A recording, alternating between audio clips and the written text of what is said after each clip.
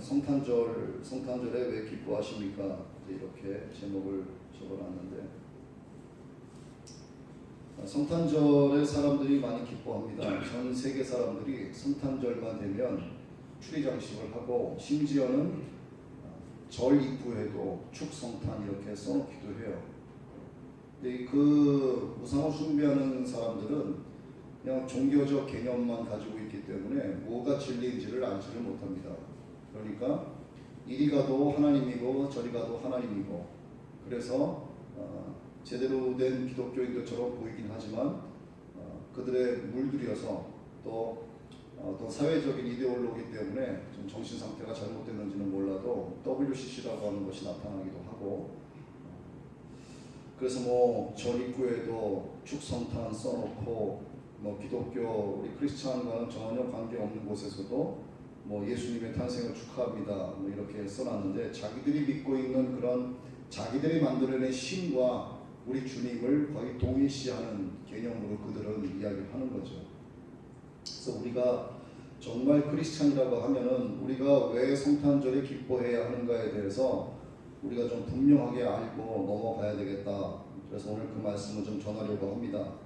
먼저 그 말씀을 전하기 전에 산타클로스가 등장을 하죠. 성탄절이 되면. 그래서 선물을 막 주고받는, 그래서 크리스마스는 선물을 주고받는 날, 이렇게 아예 고정관념화되어 있는, 특히 아이들에게서 그런 현상이 많이 나타나는데, 그건 뭐 100% 부모 책임이죠. 잘못 가르쳤기 때문에 그렇습니다. 어느샌가 예수님이 이 땅에 태어나신 날이 산타클로스가 선물을 주는 날로 이제 바뀌었습니다. 그래서 예수님을 기억하기보다는 선물을 먼저 떠올리게 되죠.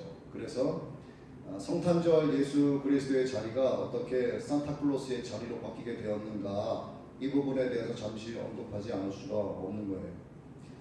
산타클로스는 성자로 불리웠었던 니콜라스라는 사람으로부터 시작이 됐습니다. 여러 시대를 거치면서 이 니콜라스라고 하는 사람이 진터클라스라고 불리게 됐었고, 그 다음에 영어권 사람들로부터 이것이 산타클로스로 바뀌어져서 불리게 됐던 거예요. 그 니콜라스라고 하는 사람이 주후 270년 3월 15일에 태어나서 343년 12월 6일에 죽었는데, 이 니콜라스라고 하는 사람은 부유하고 아주 경건한 기독교 가정에서 태어났습니다. 거기서 부모로부터 신앙 교육을 잘 받고 있다가 부모를 일찍 여의게 된 거예요. 그리고 삼촌의 보호 아래서 니콜라스가 성장을 합니다. 그리고 312년, 주후 312년, 약 315년경에 삼촌과 함께 팔레스타인을 방문을 하게 되는 거예요. 그리고 그곳에 혼자 남아서 니콜라스가 이제 수도원 생활을 시작을 하게 됩니다. 그리고 317년에 소아시아로 돌아와서 자기의 고향 미라라는 곳에서 수도원의 감독이 되는 겁니다. 이 니콜라스는 가난한 사람들을 돕고 보살피는 일을 참 많이 했던 사람이에요. 그리고 많이 베풀었던 사람입니다. 그의 그런 소문이 주변에 이제 많이 퍼져나가기 시작을 한 거죠. 그리고 무엇보다도 이 니콜라스는 사람들에게 선물을 주는 걸 참 좋아했어요.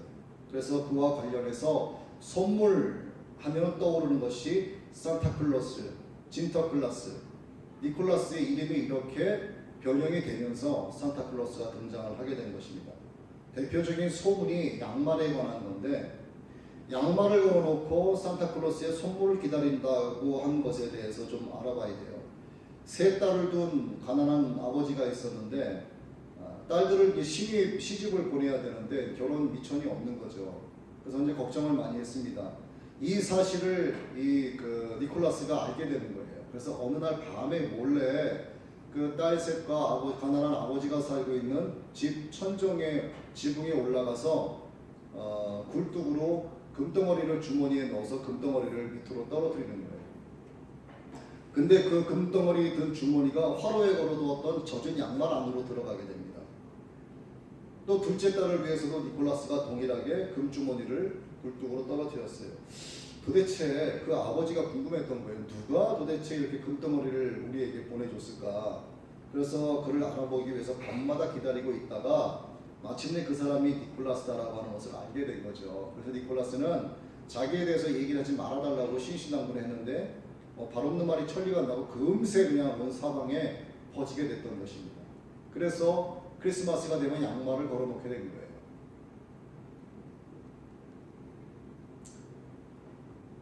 니콜라스는 로마 제국의 황제였었던 디오클레티아누스라는 사람, 그 황제로부터 다른 지역으로 추방을 당했었습니다. 한동안 추방을 당했다가 다시 검거하라고 해서 검거를 해서 로마 감옥에 갇히게 되는 거예요.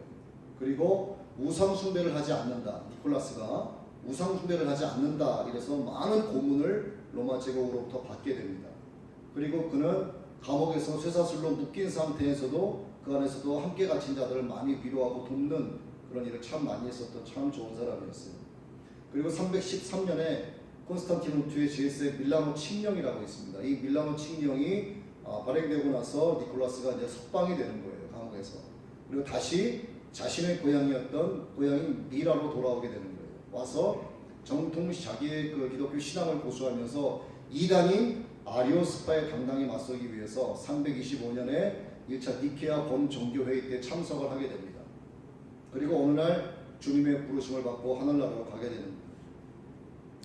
니콜라스의 삶이 이렇습니다. 니콜라스로부터 산타클로스가 등장이 됐고 양말을 걸어두는 풍습이 문화가 돼서 지금까지 흘러오게 된 것이었어요. 정확하게 알려지지 않았지만 주후 345년 또는 352년 12월 6일경으로 여겨지고 있는 거예요. 니콜라스가 죽은 날이. 그래서 교회는 매년 그를 기념하기 위해서 12월 6일로 지키고 있습니다. 그의 죽음을 성자로 여기는 거죠. 니콜라스가 이제 산타클로스로 둔갑된 것이 성탄절에 아이들에게 선물을 전달해야 했던 어느 영국인들에 의해서 성자 니콜라스의 날 12월 6일 이 날이 이 영국 사람들에 의해서 12월 25일로 바뀐 거예요. 슬그머니 12월 25일로 옮겨지게 된 것입니다. 이 성자를 기념했던 것이 그 당시에 금지되어 있었어요. 그래서 12월 25일을 성자 니콜라스의 날로 기념했던 것은 말을 바꾸어 가지고 아빠 성탄절 또는 옛사람 성탄절 이렇게 말을 바꾸어서 사용을 하기 시작을 했습니다. 여기에다가 중세시대에 돌던 각종 이야기들을 종합해서 성탄절을 가공하기 시작을 한 거예요. 그것이 지금까지 흘러온 오늘날의 성탄절인 것입니다. 영국 빅토리아 여왕 시대에 이르러서 이제 아빠 성탄절이 기분 좋은 날로 바뀌게 돼요. 이것을 부추겼던 것이 1843년에 찰스 디킨스가 썼던 성탄절의 노래에 나오는 사파를 그린 존 니치의 성탄절의 선물 정신이라고 하는 우리가 잘 아는 우리 아이들도 잘 아는 구두쇠 스크루지 영감 그 이야기를 다룬 내용인 거예요. 이 산타클로스가 성자 숭배에서 비롯된 사실은 로마 카톨릭의 미신입니다. 이것이. 이를 악용했던 장사치들이 어린이들의 심리를 이용하게 됐던 거예요.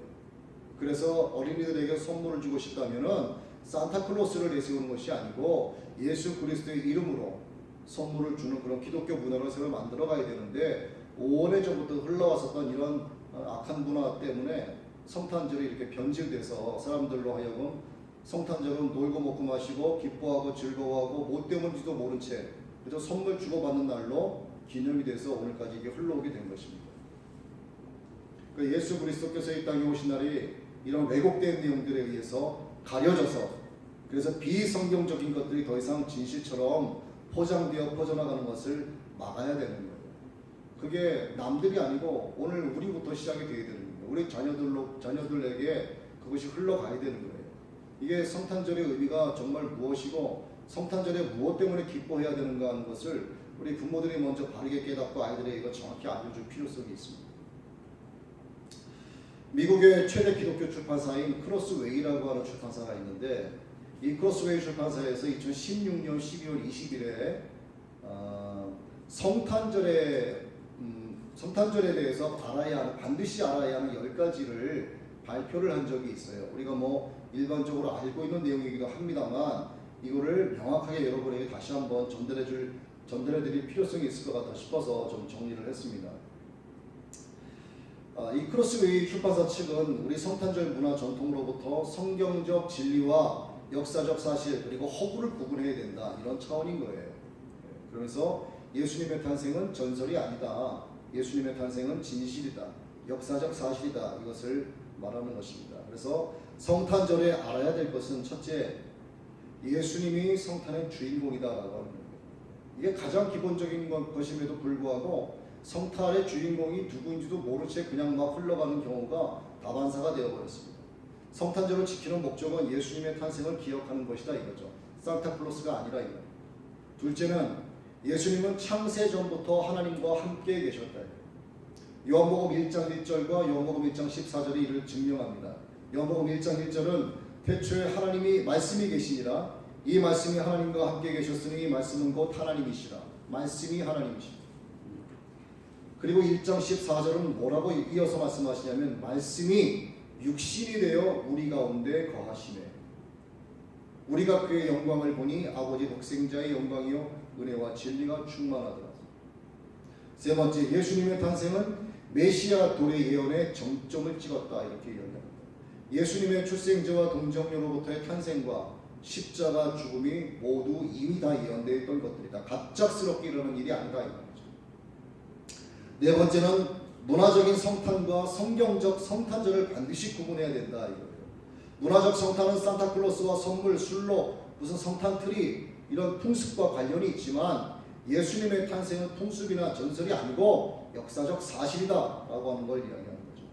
다섯 번째, 예수님의 탄생은 고난의 종으로서 우리의 죄를 위해 돌아가신 더 큰 사역의 한 부분이다라고 이야기하는 겁니다. 이게 뭐냐면 예수님은 성장에서 하나님의 말씀을 알았고 배웠고 30세가 되었을 때 공식적인 공생애를 시작을 한 거예요. 그리고 자신이 예언한 대로 죽었고 사흘 만에 부활하셨어요. 즉 성탄절은 구원자 예수님의 삶 전체를 묵상하는 날이 되어야지 예수님이 그냥 성육신 하셨다라고 하는 그 자체만을 기억해서는 안 된다는 얘기입니다. 성탄절은 예수님이 오신 것만을 기억하는 날이 아니고 예수님의 삶 전체를 우리가 기념을 하고 우리가 기억을 해야 된다 이 말이에요.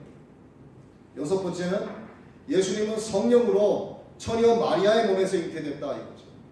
성탄절의 중심에는요 이 생물학적 측면에서 기적이 존재하는 겁니다. 그리고 이 초자연적인 믿음이 우리에게 필요한 거예요. 불가능이 없는 하나님을 가장 극단적으로 나타내고 있는 말씀이기도 한 것이죠. 일곱 번째는 동정녀로부터 성육신하신 사건만이 예수님의 신성과 인성 가진 존재임을 설명할 수 있다 하는 겁니다. 초기 교부들도 이에 대해서 증명을 많이 했어요. 여덟 번째는 예수님의 탄생은 세상 권세자들의 반대를 동반했다 이거죠. 예수님이 태어나실 때 따뜻한 방한칸도 없었고 말 구유에 누이셨고 예수님이 태어나셨을 때 헤롯 왕이 아기 예수를 죽이려고 현안이 되어 있었죠. 예수님은 자기가 창조하신 땅에 직접 오셨지만 사람들이 예수님을 영접하지 않았어요. 사람들은 빛보다 어둠을 더 사랑했고 자기들의 악한 행위가 드러날까 해서 빛을 멀리했습니다. 아홉 번째, 예수님은 자기를 믿는 자들을 거듭나게 해주시려고 오셨다라고 하는 이 땅에 오신 목적이 무엇인가를 우리가 알아야 된다는 것이죠. 그래서 영접하는 자, 곧 그 이름을 믿는 자들에게는 하나님의 자녀가 되는 권세를 주셨으며 거듭나야 하나님의 나라를 볼 수 있다라고 하는 것을 우리에게 말씀하시는 겁니다. 마지막 열 번째는 예수님의 탄생은 궁극적인 희생을 의미한다. 예수님의 탄생 자체가 희생인 거예요. 예수님은 죄 있는 육신의 모양으로 세상에 오셨어요. 전능하신 하나님이 그냥 천국에 계셔도 될 하나님이 우리 영혼이 불쌍해서 우리 인간들이 불쌍해서 죄가 득실거리는 이 세상에 직접 오신 겁니다. 그리고 마귀의 시험도 직접 받으셨어요. 하늘의 영광을 뒤로하고 흑암 세상에 오셔서 모든 사람들을 위해 죽으신 겁니다. 그래서 예수님의 탄생은 궁극적인 희생을 의미하는 겁니다. 그래서 로마서 5장 1절의 말씀과 같이 그러므로 우리가 믿음으로 의롭다 하심을 얻었은즉 우리 주 예수 그리스도로 말미암아 하나님으로 더불어 화평을 누려야 하는 것이에요. 우리가 신앙생활을 올바르게 하기 위해서는 우리가 그 4세기 말경부터 사용하는 교회력을 알아야 됩니다. 우리 양력도 있고 음력도 있고 그렇죠? 유대력도 있고 그렇잖아요. 우리가 교회력을 알아야 되는 거예요. 이 그 예수 그리스도의 탄생 그리고 공생애의 사역 그리고 십자가의 고난과 죽음과 부활 그리고 성령 강림과 재림으로 완성될 하나님의 구속사를 매년 재현하면서 예수 그리스도의 은혜와 하나님의 섭리를 계속 확인하고요. 이 교회력을 통해서 올바른 신앙생활을 할 수 있도록 돕는다는 점에서 우리 교회력은 우리가 반드시 알아야 되는 거예요. 다시 말해서 교회가 성도 개개인의 신앙생활과 그리고 공동체 유익을 위해 작성한 전통적인 연력, 곧 구원의 역사를 1년 주기로 계속 재현하는 것을 말합니다. 이 교회력의 내역은 예수 그리스도께서 인류를 구원하시기 위해서 이 땅에 오셔서 이루신 중요한 사건들을 중심으로 엮어져 있어요. 교회력에 나타난 사건들은 역사적이고 실제적인 사건인과 동시에 신학적인 해석이 있고요. 신학 고백적이고 예전적인 기념일이라 할 수 있는 것입니다. 이런 것들을 알아야지만 올바른 신앙생활을 할 수 있는 거예요. 그냥 무작정 하는 게 아닌 거예요. 신앙생활은 맹목적인 믿음이 아닌 것입니다. 그래서 교회력을 준수한다는 것은 각각에 나타난 하나님의 구원의 역사를 되새겨 볼 수 있는 기회가 되는 거예요. 그리고 우리를 향하신 하나님의 구원의 경륜, 하나님의 그 크신 구원의 은총에 우리가 감사하고 하나님의 영광을 그 교회력을 통해서 우리가 다시 보면서 하나님의 이름을 높일 수 있는 그런 계기가 되기 때문에 신앙생활을 올바르게 하기 위해서는 교회력을 알아야 될 필요성이 있다라고 하는 것을 말씀드리는 것입니다. 교회력을 크게 두 부분으로 나눌 수가 있는데, 전기는 대림절부터 오순절까지의 6개월 기간이고요. 그리고 후기는 오순절부터 시작해서 첫째 주일, 둘째 주일 등으로 이어가다가 11월 30일 가장 가까운 주일에 끝나는 겁니다. 그래서 11월 30일 이후 첫 주일부터 성탄절까지가 대림절이고요. 그 대림절은 다른 말로 강림절이다 이렇게도 이야기합니다. 영광의 왕으로 다시 오실 주님을 기다리는 절기죠. 그래서 절기를 좀 더 구체적으로 말씀을 드리면 성탄절. 성탄절은 하나님께서 인간의 모습으로 이 땅에 오셔서 우리를 위해 자신을 제물로 내어주신 것을 감사하면서 기념하는 절기가 성탄절이죠. 그 다음에 주현절. 예수님께서 경이로운 기적과 가르침으로 하나님을 우리에게 나타내 보이심을 감사하고 기념하는 것이 주현절입니다. 그 다음에 사순절은 예수님의 십자가 죽음을 마지막으로 예루살렘으로 올라가셔서 고난을 당하시고 희생의 제물로 우리의 대신해서 죽으신 그 사람, 그 사건을 기념하는 게 사순절입니다.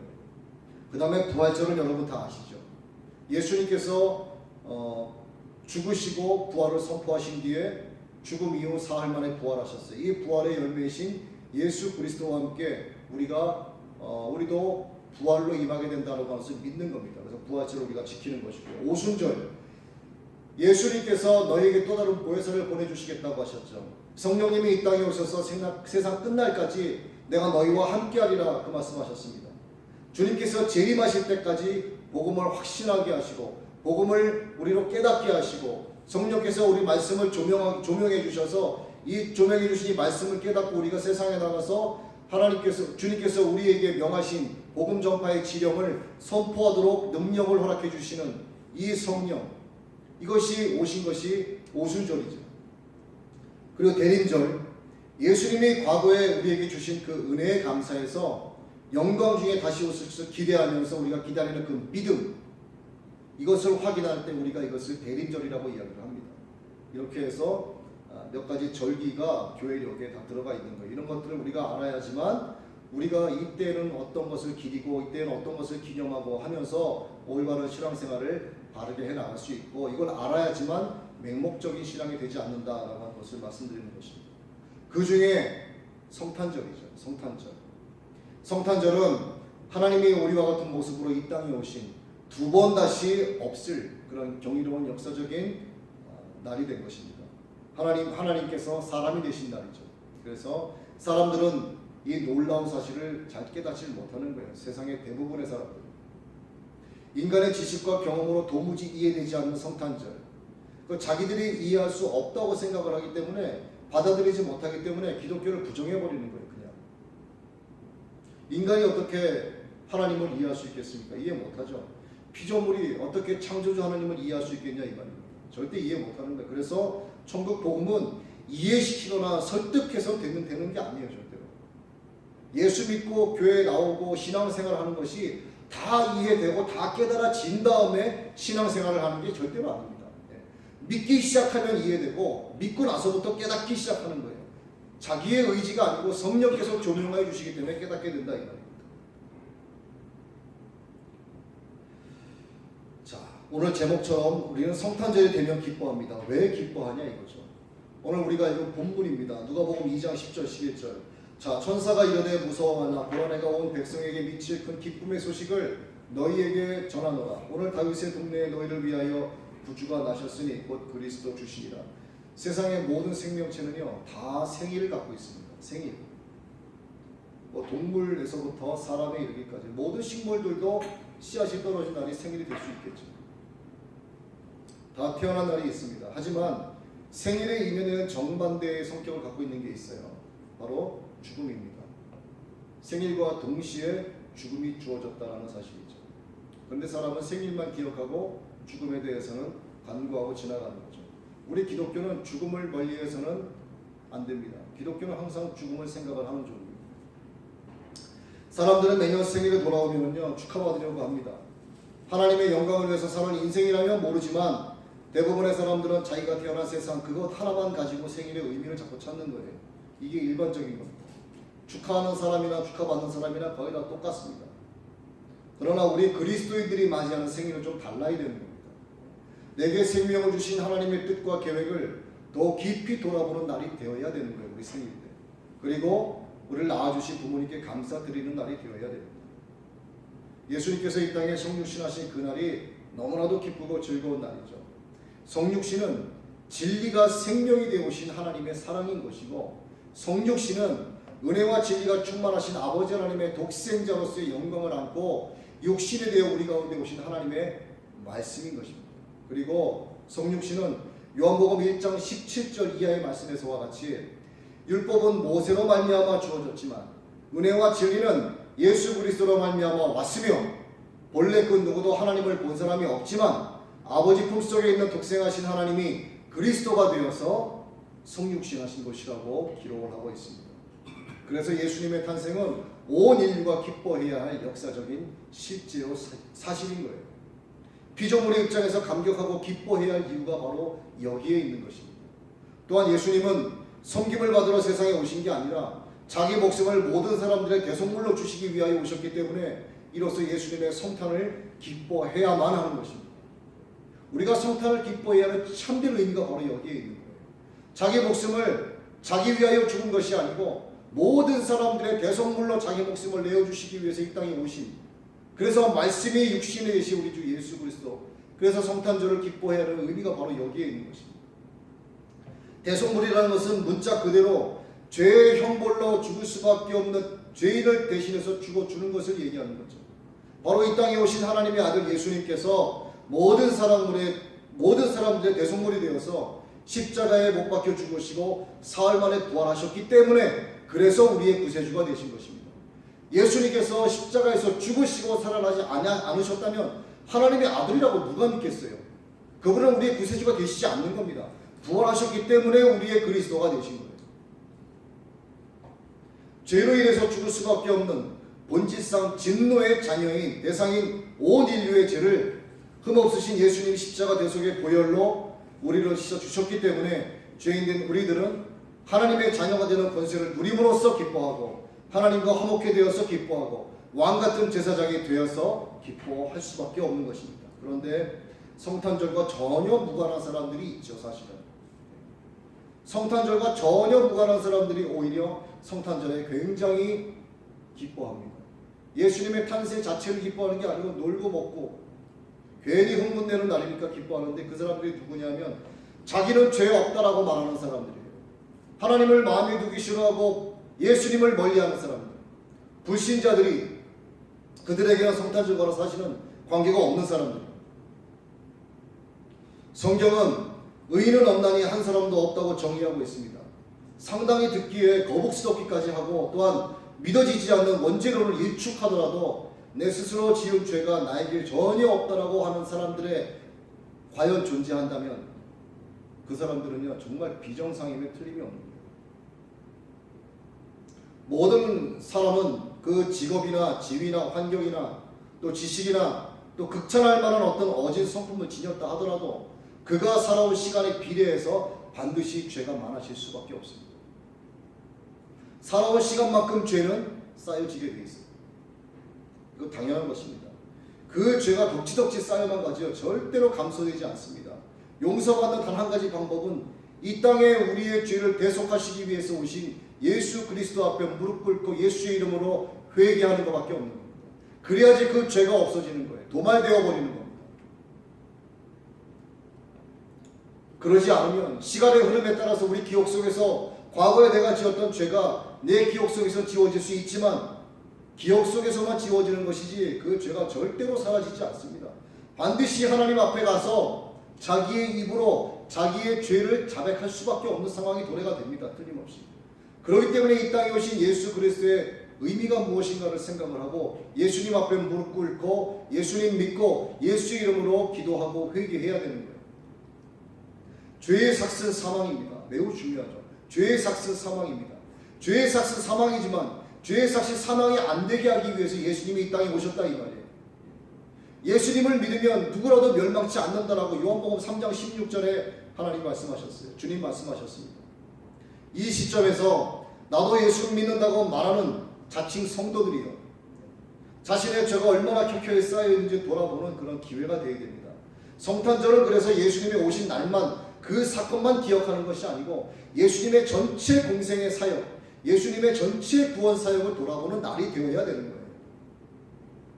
이를 해결하시기 위해서 성령으로 잉태하사 말씀이 육신이 되어 이 땅에 오신 분이 바로 예수 그리스도라 이 말입니다. 그래서 자신이 죄인임을 인정하는 사람들은 성육신하신 예수님으로 말미암아 기뻐하고 즐거워하는 겁니다.